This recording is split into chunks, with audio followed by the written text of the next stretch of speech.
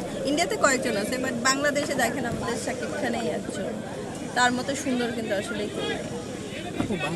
সাকিব খানকে নিয়ে গত 2 বছর আগে ছিল একটা মানে অন্যরকম একটা মত ছিল, কেউ কাজ করতো না, তার নামে একটা ব্যাড রেকর্ড টেনে বলা হতো তবে তার সাথে কাজ করলে এই হবে সে হবে অনেক কিছু, কিন্তু 2 বছর পরে তার আসলে সেই দৃশ্য চেঞ্জ হয়ে গেছে। এখন সবাই আসলে কাজ করতে চায়, তার কাজের মান বেড়েছে, তার পারিশ্রমিকও বেড়েছে। তো আপনি একজন অভিনেত্রী হিসাবে তার এই পরিবর্তনটা আসলে ইন্ডাস্ট্রির জন্য কতটুকু মানে এগিয়ে নেবে কি মনে হয়?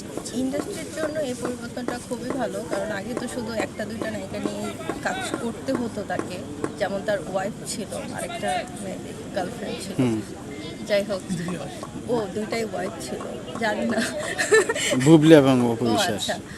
সো ওইটা থেকে বের হয়ে আসছে, এখন আমরাও কাজ করতে পারবো। সো এটা তো আমাদের জন্য ভালো যে সাকিব এখন সব নায়িকাদের সবার সাথে কাজ